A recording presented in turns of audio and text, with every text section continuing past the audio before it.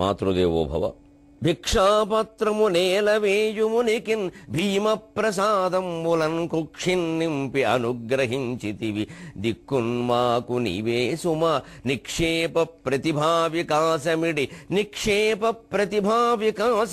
మాణిక్యాంబ నన్బ్రోవుమా నిక్షేప ప్రతిభా వికాసమిడి మాణిక్యాంబ నన్బ్రోవుమ దక్షారామ శతావధాన కవితాధ్యక్షంబు నిదే సుమా దక్షారామ శతావధాన కవితాధ్యక్షంబు నీదే సుమా. ఏబిఎన్ ఆంధ్రజ్యోతి ప్రేక్షక మహాశయులందరికీ నవజీవన వేదం అనే కార్యక్రమంలో 771వ భాగానికి స్వాగతం పలుకుతున్నాం. భిక్షాపాత్రము నేలవేయుమునికిన్ భీమప్రసాదములను కుక్షిన్ నింపి అనుగ్రహించితివి. అమ్మవారి కరుణ ఎలాంటిది అంటే కోప్పడినవాడు కూడా అనుగ్రహిస్తుంది ఆవిడ. మన మీద కోపం చూపించిన వాళ్ళ మీద కూడా మనం ఏదో ఉపకారం చేసి సానుభూతి చూపించగలుగుతున్నాము అంటే మనం భగవంతునంత గొప్పవాళ్ళం. అది సామాన్యులకి అలవడే లక్షణం కాదు, సామాన్యంగా పట్టుబడేది కాదు. భగవంతుడు అలా ఉంటాడు. అందులో అమ్మవారు అంటే తల్లి కోపం ఏముంటుందంటే మనం కోపం చూపించిన తల్లి కోపం చూపించదు. పోలేరా ఓ మాట అంటే అన్నా ఉంటుంది. తల్లిదండ్రులు అన్నా మనం అలాగే తీసుకోవాలి. తల్లిదండ్రులు కాకపోతే ఎవరంటారు మనని? దానిలో పెద్ద తీవ్రంగా తీసుకుని ఏదో వ్యతిరేకించి మాట్లాడడము తప్పే, ఏదో మనకి మనం ఏదో చేసుకోవాలని అనుకోవడము తప్పే. దాన్ని అంత తీవ్రంగా తీసుకోవాల్సిన పని లేదు. పెద్దలు కాకపోతే ఎవరంటారు మనని? మన సంస్కృతిలో విశేషం ఏమిటంటే పిల్లలంటే తల్లిదండ్రులే అలా పడతారు. ఫోన్లే మనవాడే కదా కన్నా మనకేం చేస్తాడులే అంటారు. ఇంక పిల్లలంటే పెద్దవాళ్ళే ఎలా తీసుకుంటూ ఉంటే పెద్దవాళ్ళంటే పిల్లలు ఎలా తీసుకోవాలండి? అధ్యతను అమ్మవారి దయ ఎటువంటిది అంటే భిక్షాపాత్రము నేలవేయుమునికిన్ భీమప్రసాదములను కుక్షిన్ నింపి అనుగ్రహించితివి. 3 రోజుల పాటు భిక్షాడనకి ప్రయత్నించి తనకి తన శిష్యులకి కూడా ఒక్క మెతుకు దొరక్కపోయేసరికి వ్యాస మహర్షి అంతటి వాడికి కోపం వచ్చి సంయమనం కోల్పోయాడు. అది పరీక్ష అని ఆలోచించుకుని నిగ్రహించుకోలేకపోయాడు. అహం కూడా వచ్చేసింది, నాలాంటి వాడికి దొరకదా అంటూను. దాంతో కోపం వచ్చి కాశీ నగరాన్ని శపించిపోయాడు. 3 తరముల జడుగాక మోక్షలక్ష్మి, 3 తరముల విద్య, 3 తరముల ధనము అని రకరకాల అన్నాడు ఆయన.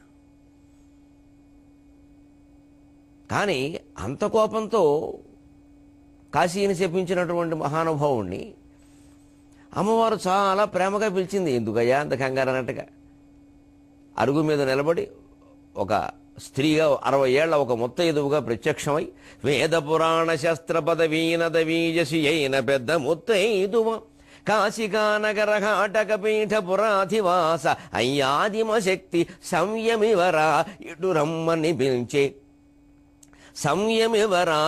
రమ్మని పిలిచే హస్త సంజ్ఞాదరలీల రత్న కటకాభరణంబులు ఘల్లు ఘల్లనన్. ఎందుకయ్యా అంత కోపం? సంయమివరాన్ని సంబోధించింది, గుచ్చుకునే చోట గుచ్చుకునేలాగా. నీ పేరే సంయమి కదయ్యా. సంయమం అంటే ఇంద్రియ నిగ్రహం ఉండేవాడు. ఈ మాత్రం 3 రోజులు అన్నం దొరకకపోతే కాశీనగరాన్ని శపించేస్తే నెల తరబడి రోజుల తరబడి అన్నాలు లేకుండా ఉండేవాళ్ళు చాలామంది ఉన్నారయ్యా, కష్టపడుతున్నారు ప్రపంచంలో. వాళ్ళందరూ ప్రపంచాన్ని శపించారా? మునులయ్యుండి మీరే ఇలా ఉంటే ఎలా? కానీ వ్యాసునికి గుణపాఠం చెప్పిందండి అమ్మవారు. ఆ పాఠం కూడా ఎప్పుడూ అన్నం పెట్టాక ఆ పైన పెట్టే 4 పెట్టాలని సామెత ఉండేది. అలాగే పెట్టే 4 పెట్టింది. 4 40 పెట్టింది. ఈ పెట్టిన పదార్థాలు తినలేకపోయాడు, కానీ ఇవన్నీ తినక తప్పలేదు. అవి తినక తప్పలేదు, ఇవి తినక తప్పలేదు. అవేనే అరిగే కానీ ఇవి అరగడం కష్టం.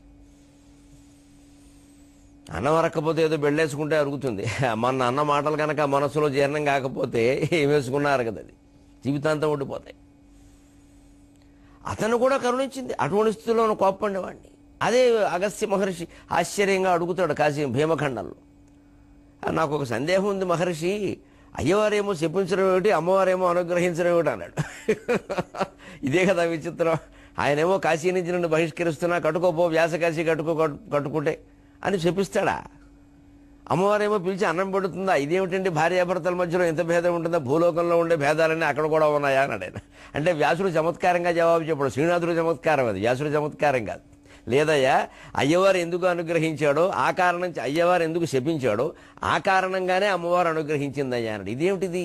ఇదే మనకి జీవితంలో నేర్చుకోవాలి. ఏది మనకి వ్యతిరేకం అనుకుంటామో అదే అనుకూలం అవుతుంది, ఏది మనకి శాపం అనుకుంటామో అది వరం అవుతుంది. భగవన్నామస్మరణ మనస్సులో మానకుండా ఉంటే, పంచాక్షరి జపం నిరంతరం జపిస్తూ ఉంటే అది ప్రతికూలాలు అనుకూలాలు అవుతాయి. మన మీద పిడుగు పడితే అది పువ్వు అవుతుంది. మనం సముద్రంలో ఉంటే మనకు ద్వీపం ఎదురుగా వస్తుంది, నన్ను పట్టుకుని పైకి రారా, ఈ ద్వీప సామ్రాజ్యానికి నువ్వే అధిపతివని. ప్రాణాలు పోయేవాడికి పట్టాభిషేకం చేస్తుంది భగవద్ అనుగ్రహం. అలాగా ఆశ్చర్యకరంగా దేవుడు శివుడు శపించడం ఏమిటి, అమ్మవారిని నిన్ను అనుగ్రహించడం ఏమిటి అని అగస్త్య మహర్షి అడిగితే పరమ చమత్కారంగా చెబుతాడు వ్యాసుడు. శ్రీనాథుడు చెప్పిస్తాడు వ్యాసుడు నోట. కాశీ శివునకు అర్ధాంగిగాన దానిపై నల్గి క్రోధపాత్రంబనైతి, కాశీ గౌరికి సవతియవుగాన దానిపై నల్గి ప్రేమ పాత్రంబనైతి. ఇదేనయ్యా లౌకిక రహస్యం. అగస్త్య మహర్షి కాశీనస్తమాను శివుడు చాలా ప్రేమించి నా భార్య నాకు రెండో భార్య అంటూ ఉంటాడు. ఆ మాట అమ్మవారు వింది, కోపం వచ్చింది. ఓహో, కాశీ నేను రెండో భార్య అంటున్నాడు అనమాట, నాకు సవతే కదా అనుకుంది ఆవిడ. మరి సవతి మీద కోపం ఉంటుంది కదా, ఎవరికైనా ప్రేమ ఎందుకు ఉంటుందయా? అందుకని కాశీ నగరాన్ని నేను శపించానంటే నా భార్యను శపించావన్న కోపంతో పరమశివుడు నన్ను శపిస్తే, మా బాగా అన్నావు అనవలసిందే, ఇలా అడ్డమైన వాళ్ళని, నదుల్ని, నగరాల్ని నెత్తి మీద ఎట్టుకుంటే నేను ఊరుకుంటానా అని అమ్మవారు నన్ను పిలిచి అన్నం పెట్టిందయ్యా. మా బాగా అన్నావు, నేను అనలేకపోతున్నాను, మొగుడి మీద గౌరవంతో నువ్వేనా అన్నావులే. నగరాలు కూడా భార్యలే, వీళ్ళకి నదులు కూడా భార్యలే, ఉన్న భార్యలు సరిపోలేదు, గంగానది అంటాడు, కాశీ అంటాడు, ఎంతమంది భార్యలేనికి అని చెప్పి చమత్కారం చూపిస్తాడండి శ్రీనాథుడు. దీనివల్లనే మనం ప్రధానంగా యువతరం నేర్చుకోవలసింది ఏమిటి అంటే, ఎప్పుడూ నిరాశతో కృంగిపోవద్దు జీవితంలో ఏ పరిణామాలు ఎదురైనా. అర్జునుడికి పీడి రూపం వచ్చింది ఊర్వశి శాపం కారణంగా. అజ్ఞాతవాసంలో అదే వరమైందండి, లేకపోతే ఆయన బయటపడిపోయేవాడు. చాలా ఇబ్బంది అయిపోయేది అర్జునుడికి ఆ రూపం లేకపోతే. ఎందువల్ల శాపం వరమైంది? ఊరికే అవ్వలేదు, అదేదో అదృష్టం అని తెలియని మాటలు మాట్లాడద్దు. ఎందువల్ల శాపం వరమైంది అంటే, ఊర్వశి విషయంలో అతను ధర్మబద్ధంగా ప్రవర్తించాడు. నువ్వు దేవలోకంలో వేశ్యవు కావచ్చు, మా నాన్నగారికి ప్రియురాలివి, మా నాన్నగారికి భార్య ప్రియురాలా మరొకరా నాకు అనవసరం. తండ్రితో అటువంటి సంబంధం కలిగిన వాళ్ళందరూ కుమారుడికి తల్లితో సమానం. ఆ విమర్శ కొడుకు చేయకూడదు. తండ్రి తప్పు తండ్రి తెలుసుకుంటాడు, తెలుసుకోకపోతే ఆయన ఫలం ఆయన అనుభవిస్తాడు. పిల్లలు ఆ విషయాన్ని ఆక్షేపించకూడదు, వారికి ఆ హక్కు లేదు. అదే సంస్కృతి, అదే మర్యాద. పెద్ద చిన్న లేకుండా అందరం అన్ని విషయాల మీద పెద్దవాళ్ళని ఆక్షేపించకూడదండి. అలాగా వాళ్ళ తప్పు వాళ్ళు తెలుసుకుంటారు. పిల్లలంటే అలాగా మరింత బాధపడిపోతారు, ఆత్మహత్యకు సిద్ధపడతారు, పిల్లల చేత అనిపించుకోవాల్సి వస్తుందని. అలాంటి పరిస్థితి పిల్లలు రానివ్వకూడదు. పోన్లే ఏదో అయిపోయింది, ఒక ఊళ్ళో వాళ్ళు ఎవరైనా విమర్శించినా మీకెందుకంటే ఆ విషయం అనాలి. కుటుంబ గౌరవాన్ని కాపాడుకోవాలి. అందుకని సరిగ్గా అలా తీసుకోవడం అనబడతాను, అలా తీసుకున్నాడు ఆయన. అంటే ఊర్వశుల పట్ల అలా ప్రవర్తించాడు అర్జునుడు. మా నాన్నగారికి ప్రియురాలవో భార్యవో నాకు అవన్నీ అనవసరమో, మీకు దేవలోకంలో ఏవో నిబంధనలు ఉండొచ్చు, నా మీద నీకు వ్యామోహం ఉంది కాబట్టి నువ్వు అవన్నీ ఇక్కడ కొత్త చట్టాలు కల్పించి చెప్పొచ్చు, నాకు అవన్నీ అనవసరం. మా భూలోకంలో తండ్రికి భార్య అయినా ప్రియురాలైనా రెండో భార్య అయినా 36వ భార్య అయినా మాకు తల్లితో సమానం. అందుకే నువ్వు నాకు తల్లితో సమానం వెళ్ళిపోమని చెప్పాడు. ఊర్వశి అంతటి అటువంటి అందగత్తె వస్తే ఎవడు కాదనేవాడు ఉంటాడు. నువ్వు ఉప్పు అమ్ముకునేవాళ్ళు అడిగితే మనం సిద్ధమైపోతున్నాం, ఇక్కడ అడగడమే పుణ్యం అనుకుని. ఊర్వశి వస్తే కాదని దోషి పారేశాడు ఆయన. అది ఆ పుణ్యం కారణంగా ధర్మ ప్రవర్తన ఎప్పుడు అదృష్టాలు దురదృష్టాలు దైవానుగ్రహాలు కాదండి అక్కడ పనిచేసేది. ధర్మబద్ధమైన ప్రవర్తన కారణంగా అర్జునుడికి శాపం వరమైంది. దైవభక్తి వల్ల శాపాల వరాలు అవుతాయని. దైవభక్తి దేవుడు ఎందుకు అనుగ్రహిస్తాడు? ధర్మాత్ముడు అనుగ్రహిస్తాడు. ఊరికే నీకు దండం పెడతానంటే అనుగ్రహించడు. నువ్వు ధర్మంగా ఉన్నావా లేదా, అది నాకు ముఖ్యం. అర్జునుడు అలా ఉన్నాడు, అందుకని ఆయనకి శాపం వరంగా మారింది. వ్యాసుడు అంతే, ఏదో కాలం కర్మం కలిసి రాక ఒక దశలో కోపించవచ్చు, కానీ వ్యాసుడు ఎలాంటి వాడు, అందుకే ఆయనకు కలిసి వచ్చింది శాపం కూడా వరంగా. అలాగా ప్రార్థన చేస్తే మనకు అన్నీ కలిసి వస్తాయి. భిక్షాపాత్రము నేలవేయుమునికిన్ భీమ ప్రసాదములన్ కుక్షిన్నింపి అనుగ్రహించితివి దిక్కున్మాకు నీవే సుమా. అన్నం తినే కంచమమ్మ, దాని మీద కోపం వచ్చి నేలకేసి కొట్టాడైనా. అలా కొట్టిన వాడికి అన్నం పుట్టదంటారు. అటువంటి వాడికి వెంటనే అన్నం పుట్టేలా చేసావు నువ్వు. ఇక మా పాపాలు క్షమించి మమ్మల్ని కాపాడడానికి నువ్వు తప్పితే ఎవరుంటారమ్మా? నిక్షేప ప్రతిభా వికాసమిడి మాణిక్యాంబనన్ బ్రోవుమా. అవధానం చెయ్యాలి. కాబట్టి తల్లి, నిక్షేపమైనటువంటి ప్రతిభని అప్పటికప్పుడు స్ఫురించేటువంటి ప్రతిభను నాకు కలిగించి నన్ను కాపాడు తల్లి అని ద్రాక్షారామంలో మాణిక్యాంబని ప్రార్థన చేసి శతావధానం మొదలు పెడితే దిగ్విజయంగా బ్రహ్మాండంగా సాగిపోయి 2 రోజుల్లో పూర్తయి 2వ రోజు సాయంత్రం హోరున వాన కురుస్తున్నా సరే అంతకంటే ఎక్కువగా పద్యధార ప్రవహించి 75 పద్యాలు ఏకధాటిగా 45 నిమిషాల్లో ఒక ధారణ అయిపోయింది. ఇప్పటికి నాకు గుర్తు, ద్వానాశాస్త్రి గారిని ఒక సాహిత్యవేత్త అక్కడ ఉండి ఇంకా ఆనందం పట్టలేక నన్ను భుజాల మీద ఎత్తుకుని ఊరేగించాడు ఆయన. మాగారికి పాటి. అది భగవంతు అనుగ్రహం ఉంటే మన ప్రతిభ ఆ రకంగా వికసిస్తుంది. అంచేత కృషి మానకూడదు, దైవస్మరణ మానకూడదు. భిక్షాపాత్రము నేలవేయుమునికిన్ భీమ ప్రసాదంబులన్ కుక్షిన్ నింపి అనుగ్రహించితివి దిక్కున్మాకు నీవే సుమ నిక్షేప ప్రతిభా వికాసమిడి మాణిక్యాంబనం బ్రోవుమా దక్షారామ శతావధాన కవితాధ్యక్షంబు నిదే సుమా. ఇక మనం సాగర ఘోష 4వ అంతరంగంలో చతుర్థాశ్వాసంలో కథలో ప్రవేశిద్దాం. రకరకాల స్వభావాల గురించి తరంగం చెబుతూ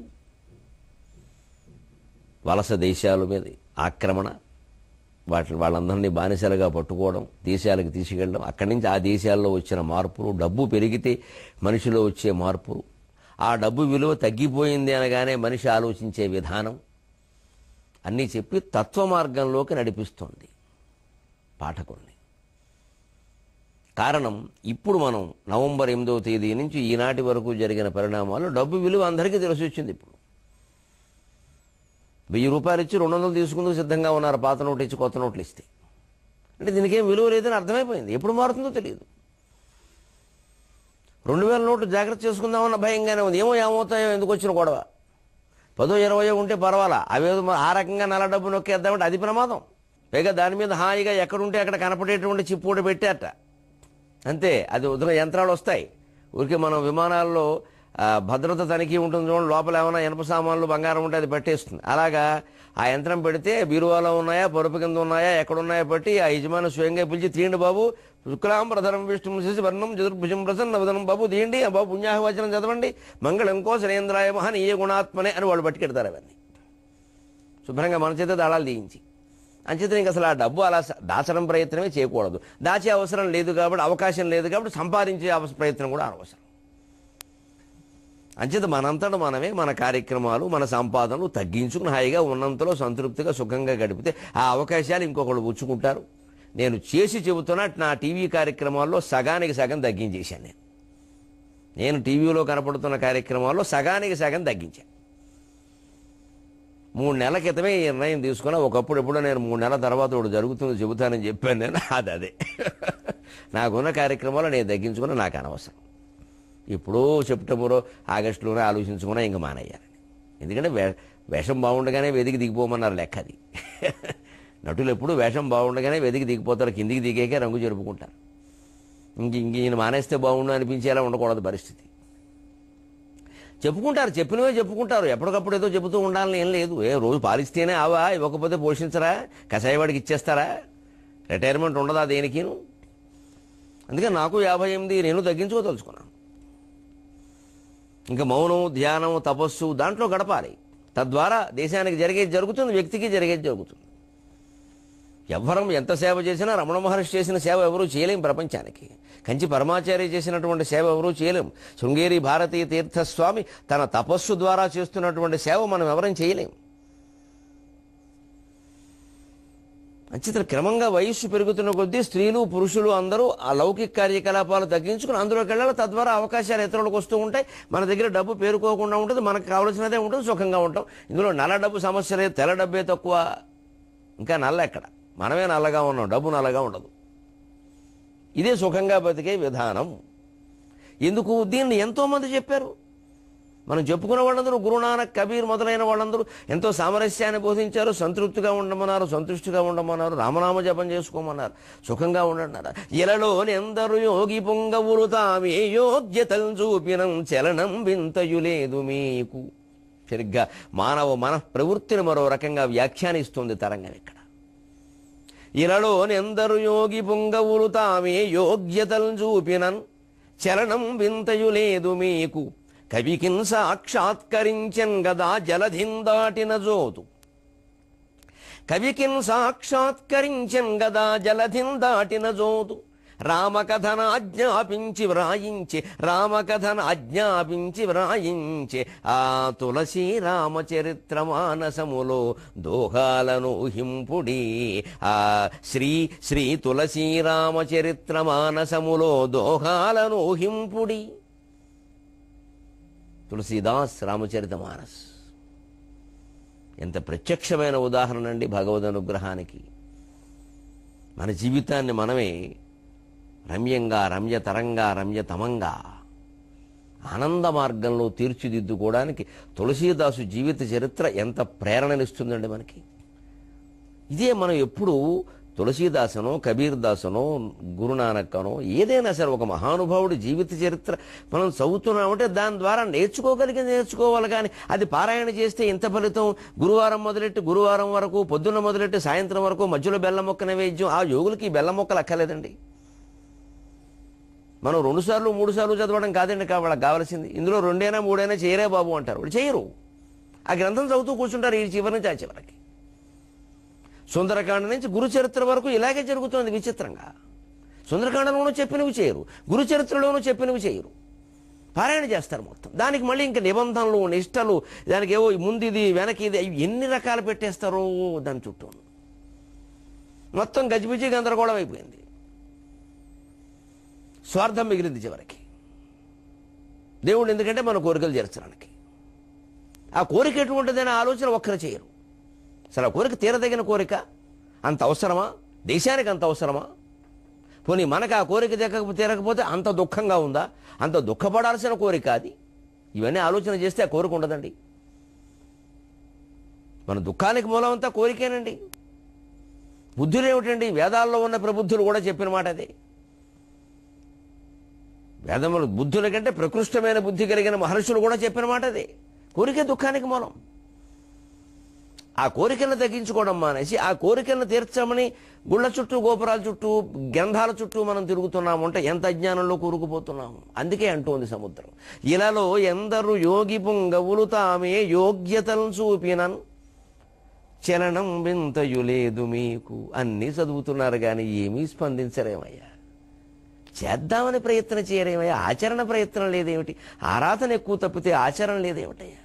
అందుకే నాకు ఆశ్చర్యంగా ఉంటుంది. వ్యాకరణం తెలిసినవాడు కాబట్టి అంతో ఎంతో గురువుల దయవల్ల ఆరాధన శబ్దానికంటే బాధించడం అని కూడా అర్థం ఉంది. మనం ఏదో పూజ అనుకోవద్దు, రాత్రు బాధనే అన్నారు. ఆరాధన అంటే బాగా బాధ పెట్టడం అని కూడా అర్థం ఉంది. మనం దేవతలను బాధ పెడుతున్నాం ఈ ఆరాధనలతోటి. ఎందుకంటే దానికి అదిగా చేయవలసింది. మొన్న నేను రాష్ట్రంలో బాగా పెద్ద విశాలమైనటువంటి ఓ చెరువుకి వెళ్ళాను.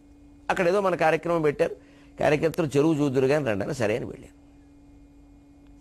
వెంటనే అక్కడ మెట్లు దిగుతూ ఉంటే పాపం నా కూడా వచ్చిన వాళ్ళు ఒక అతను, నాకు అవసరం కదా అనుకుని ఒక కొబ్బరికాయ, అగరొత్తులు, పసుపు, కుంకుమ అగ్గిపెట్టి పట్టుకొచ్చాడు. అక్కడ పూజ చేసేద్దామని.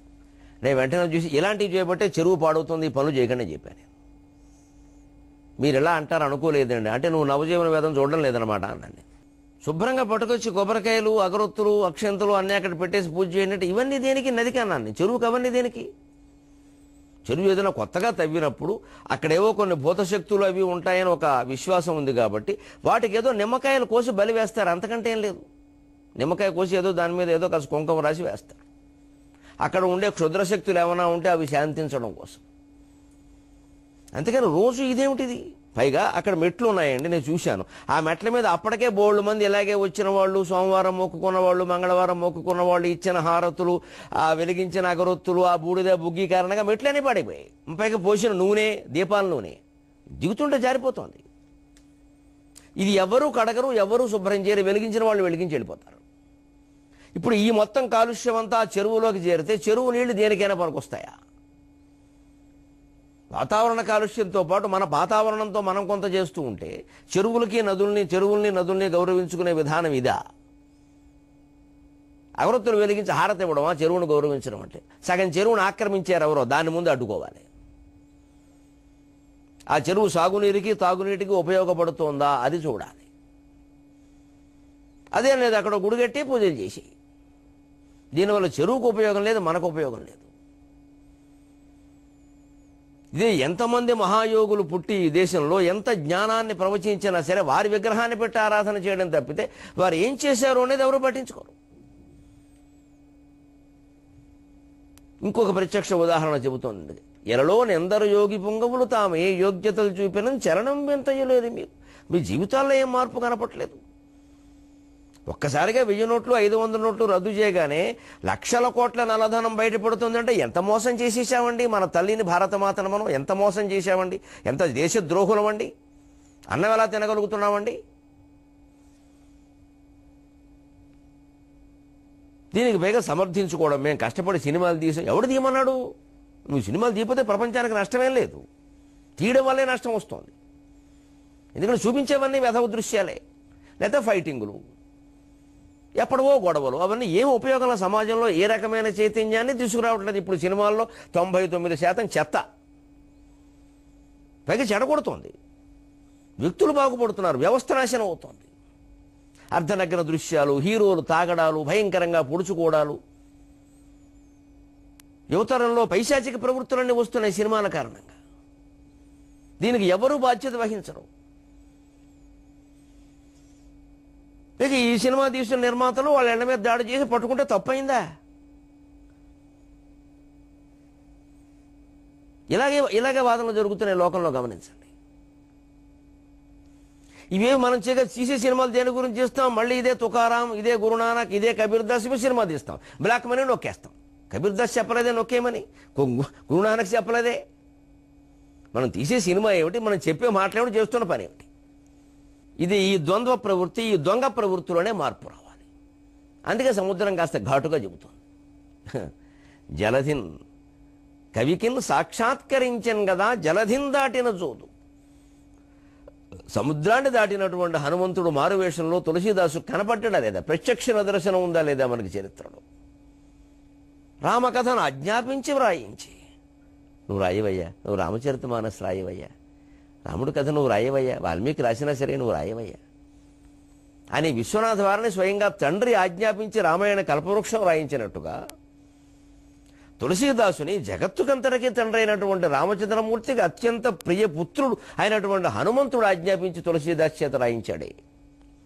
ఈవేళ మీకు ఉత్తర భారతదేశంలో వాల్మీకి రామాయణం కంటూ కూడా రామచరితమానస్సే బాగా ప్రచారంలో ఉంది. మురారి బాపు వంటి అద్భుతమైనటువంటి ప్రవచనకర్తలు ఎప్పుడూ దాన్నే చెబుతున్నారు. అసలు ఆయన ఎప్పుడు దాన్నే చెప్పాలని నియమం కూడా పెట్టుకున్నారేమో నాకు తెలియదు, ఎప్పుడు అదే చెప్తారు.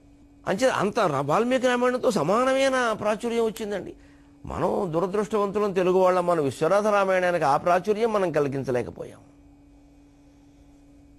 తెలుగు వాళ్ళకి స్వాత్మాభిమానం చాలా తక్కువ అనడానికి ఇది ఉదాహరణ అండి.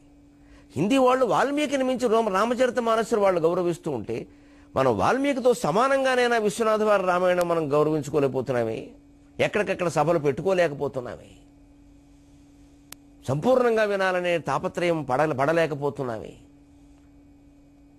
ఈ తాపత్రయం పడాలి మనం, ఆత్మాభిమానం కలిగిన తెలుగు భాష అభిమానులుగా. అదే ఆచరణాత్మక దృక్పథం అంటే. అప్పుడు రామాయణంలో ఉండే రహస్యాలన్నీ బయటకు వస్తాయి. అలాగే మన జీవితాల్లో ఉండే రహస్యాలన్నీ మనకి వెల్లడై ఎక్కడ ఎలా ఉండాలో తెలుస్తుంది, తాత్విక రహస్యాలు తెలుస్తాయి. అప్పుడు మనకి రహస్య జీవితాలు, రహస్య ధనాలు అవసరం లేదు. అంతా బహిరంగమే, తెరిచిన పుస్తకం, జీవితం హాయిగా ఉంటాం. మళ్ళీ 23:30 గంటల్లో కలుద్దాం. తెరిచిన పుస్తకం లాంటి తెలుగు భాషలో మనం మాట్లాడదాం.